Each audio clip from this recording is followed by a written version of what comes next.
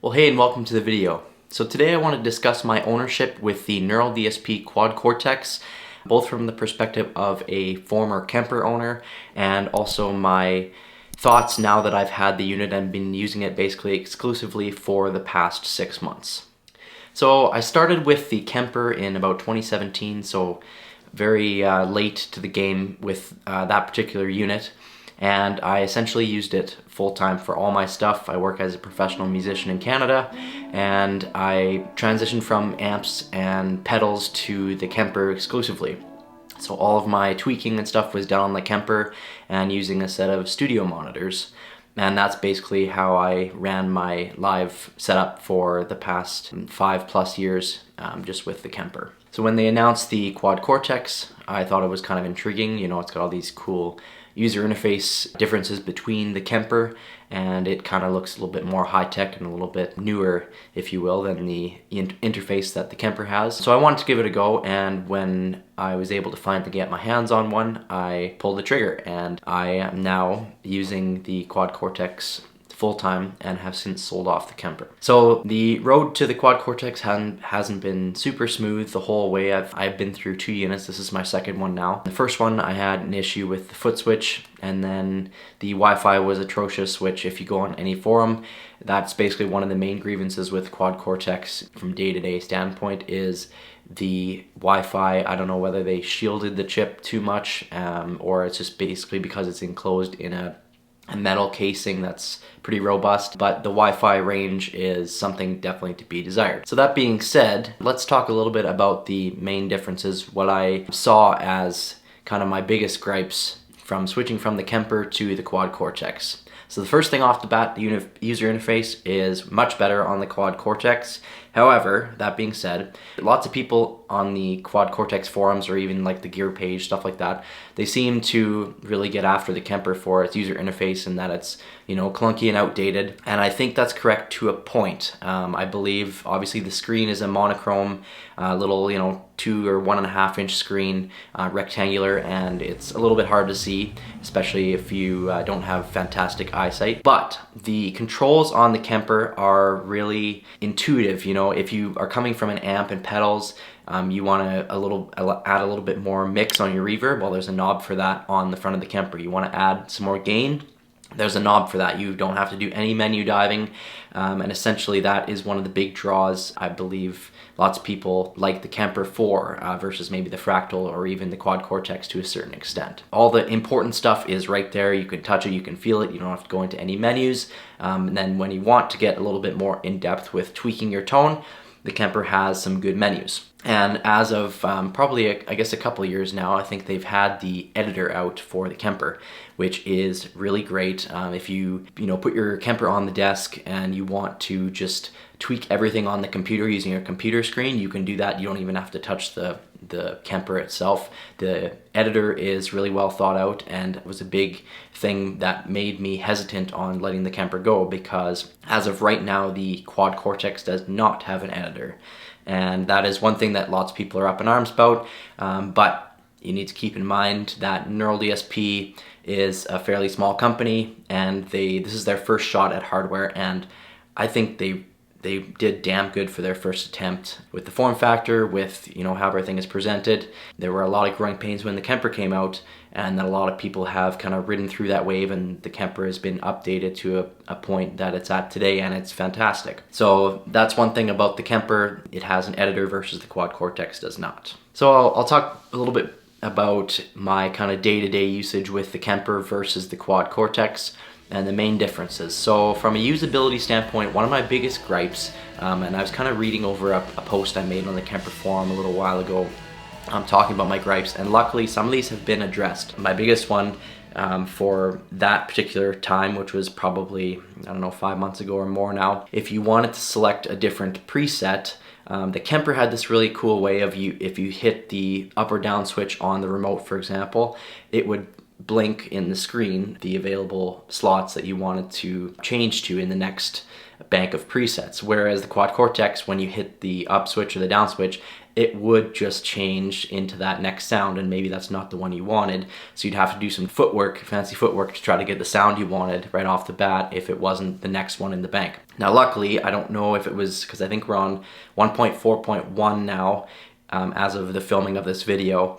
I don't know when that was addressed, but it has been addressed, and now the title of the preset kind of flashes in the display of the Quad Cortex. So that's cool that they've addressed that. So the Kemper has a performance mode, which basically changes the main display a little bit and shows you a bit more information about the actual preset that is selected in use. The Quad Cortex has something called gig view. So you swipe up from the bottom of the screen and you get into this gig view that essentially kind of limits the busyness of the screen, puts up some nice writing for the certain scene or the different stomps that you're using, a nice big font, and you can, it's a very usable mode.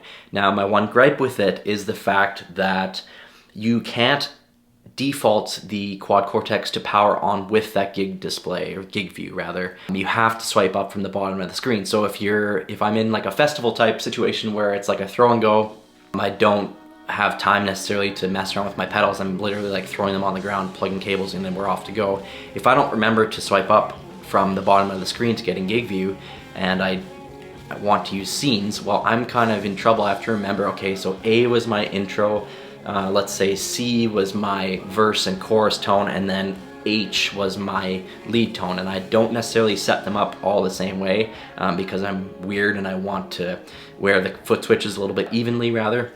So I will have sometimes F as my lead tone and H as my whatever for a certain preset. So it varies per preset depending on how I build it. The other thing that I think will be addressed in CoreOS 2.0, which depending on when this video launches, it should probably be before CoreOS 2.0 drops.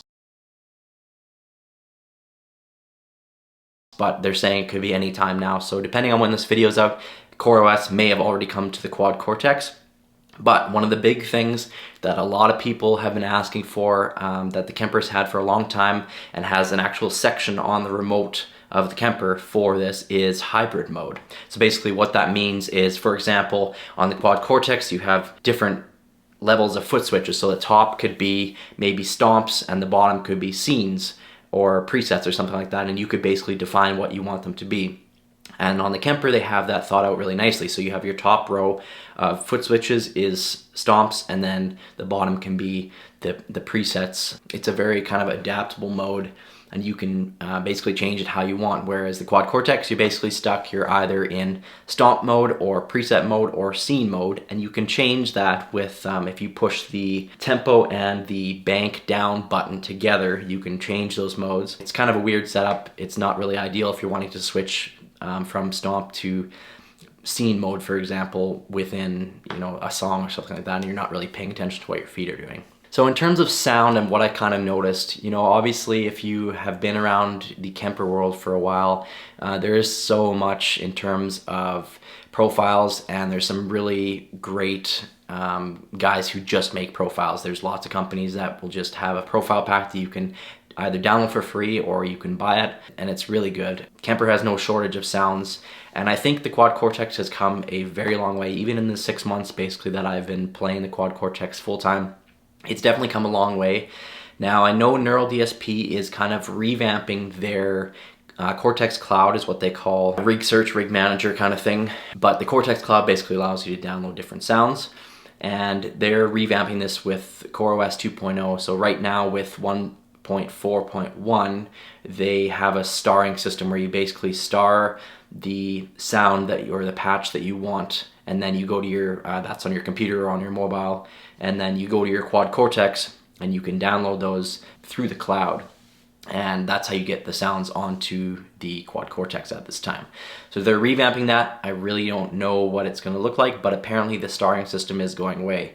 Now I'm kind of not disappointed in that aspect, because the starring system wasn't great, because you basically, if a sound was downloaded a lot, it showed as had been starred, you know, like 3,200 times or something like that. But that didn't necessarily correlate to whether the sound was actually good and usable, whereas the on the Kemper side of things, they basically had a rating system where you could rate it out of 5 stars whether you liked it or not. So that's basically it's a subjective way of doing things, but basically you could weed out a lot of sounds that were, 1 star or 2 stars or something like that, and you'd know right off the bat they're probably not going to be what you're looking for. So in terms of form factor, that was one of my main draws to the Quad Cortex. Basically it fits on a pedal board that I've built. And as you can see, I've got a tuner on there as well as an expression pedal. And the Kemper basically was, it was good. It looks great on a desk. I had the toaster version, not the rack version, but it looks fantastic on a desk and it looks cool on the stage and stuff, the signature green. And I had the cabinet for it as well. So once you had that kind of package going, it looked awesome. But I wanted something a little bit more robust for one reason, and that was the Ethernet connection that the remote had. We have this big event called Stampede in Calgary here, where I'm based, and it's basically like where the musicians make all their money for the year. It's crazy. You don't sleep for like 14 days, and it's awesome. You just play shows. And anyway, so during this last event in 2022, I had an issue with, thankfully it was just the cable that connected the Kemper to the remote, but I had an issue where the remote would basically do a power on self check and then it would shut off, and that was during a gig. So luckily I had someone there who had another Ethernet cable that I could try, and I knew that the issue was not with the jack on the back of the Kemper, because some guys have had to get those replaced, and I didn't really want to go through that headache because we don't have a authorized service center here in Canada that I'm aware of anymore. There used to be a guy that repaired them here, I think in Calgary actually, and he has either stopped doing it or maybe even passed away. I can't remember what the deal was. The Quad Cortex, in terms of the form factor, as you can see, I've got some cool, I've got a Temple audio board, and then I'm just supporting Canada over here. But I've got a Temple audio board, and then I've got all the fixings. So I've got the XLR mod and the 4-way jack mod, and then I've got the Seox DC7 power supply powering the Quad Cortex. So it's basically a one-stop.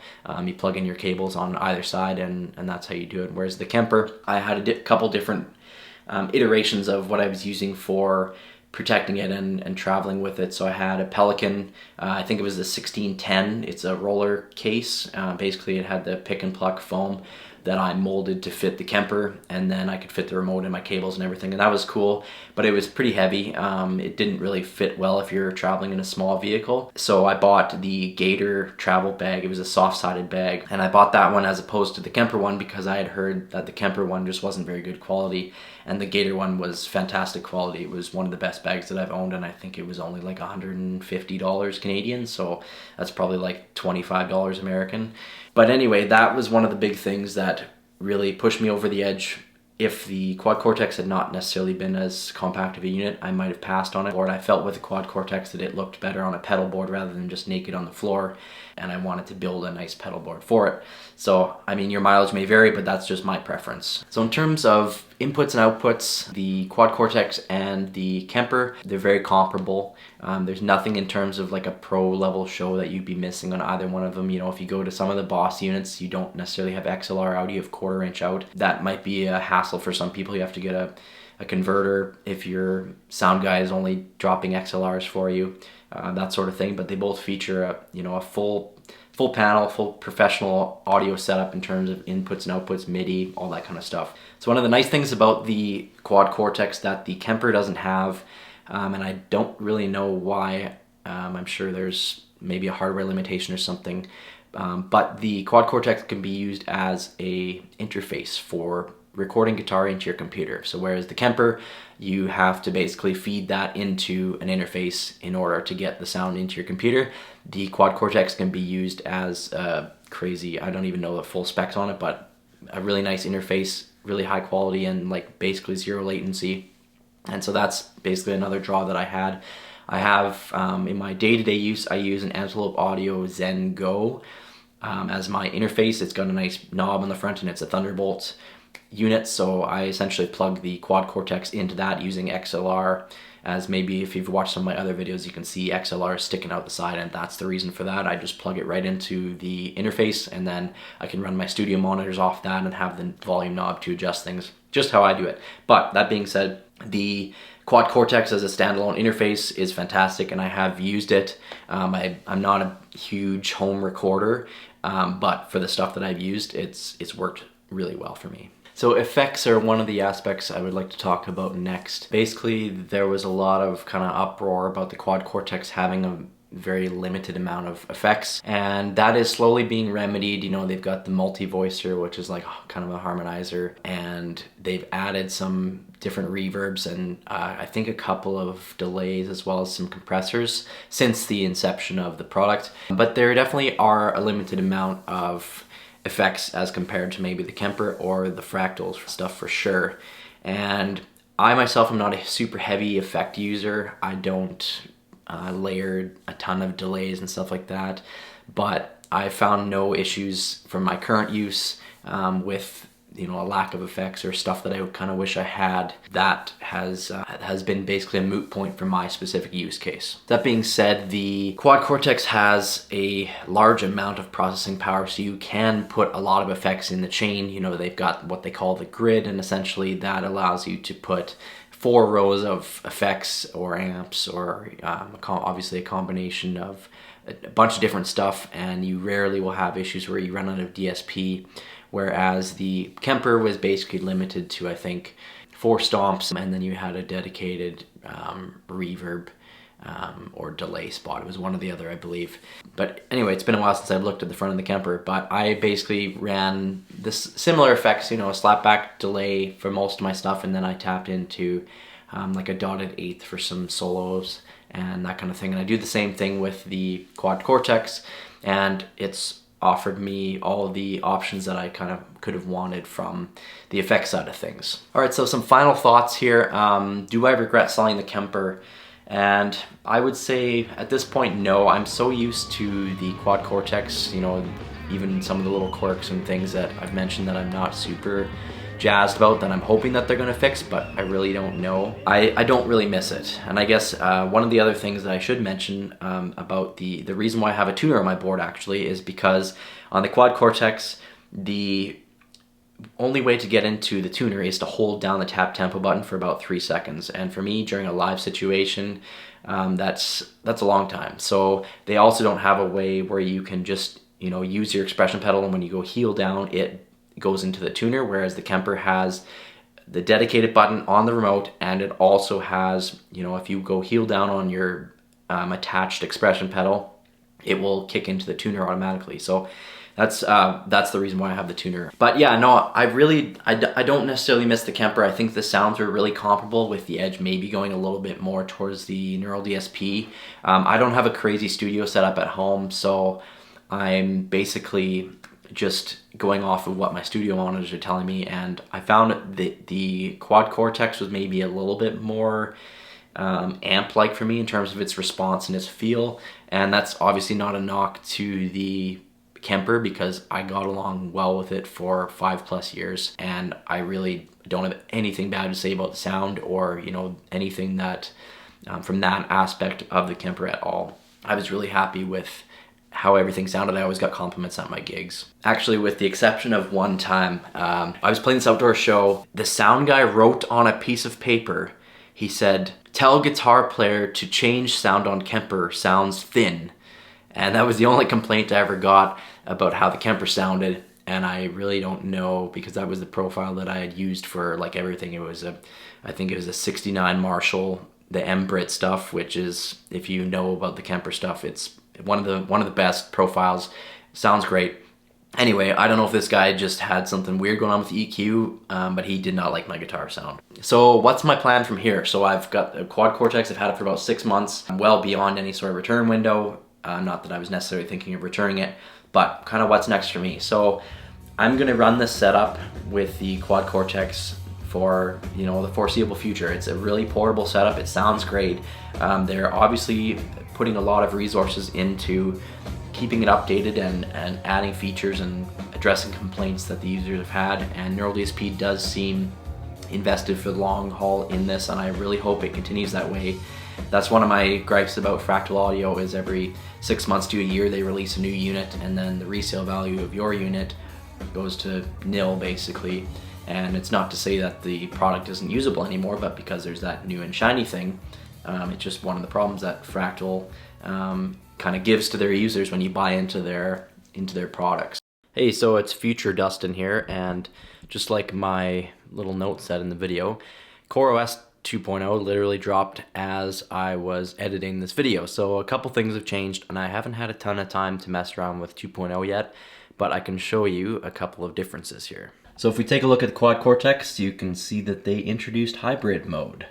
So that was one of my main complaints. You can see now that you can select preset or a hybrid, and you can change that in the settings by going to modes configuration.